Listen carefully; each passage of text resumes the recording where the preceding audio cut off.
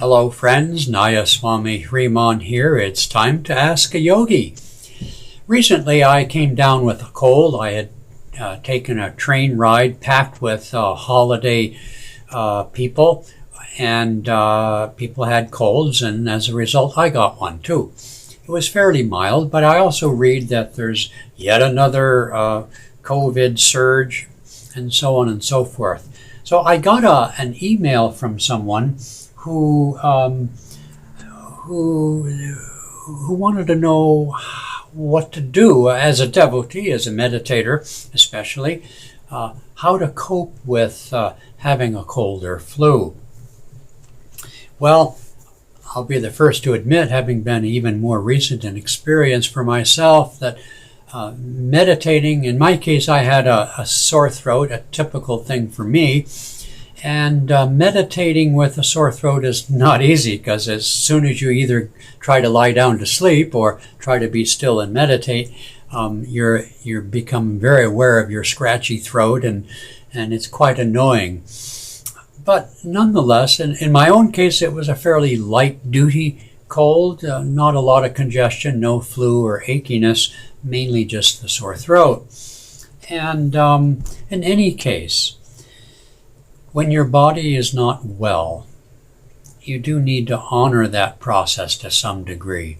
But even if you're lying down and resting, for example, you can still follow your breath, you can still pray mentally, you can listen to chants or spiritual talks and so forth. There's actually a lot you can do from the standpoint of your spiritual practices.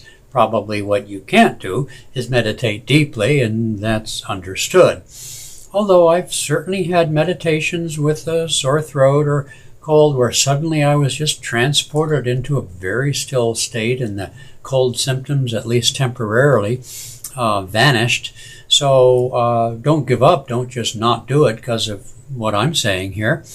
But it is much more difficult, and of course more severe, like a high fever and so forth. Well, you're just basically toast. You can probably not even handle the sounds of a recorded chant. Your senses you just need to go within.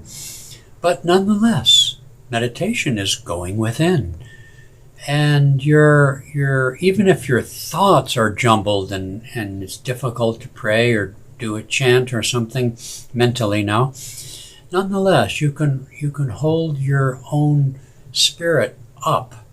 And what I found myself doing was something I don't recall doing as forcefully or as successfully anyway in my past history of having periodic colds and flu over my lifetime, which was holding my consciousness here in such a way that I could actually feel, I'll just use the word transcendent to the cold experience. It's as if I was looking down on it. I just don't recall doing that before. But focusing at the spiritual eye, being still, even just trying to rest, lying down, it was a wonderful experience to feel a sense of, shall we say, disconnection from the body's ill symptoms.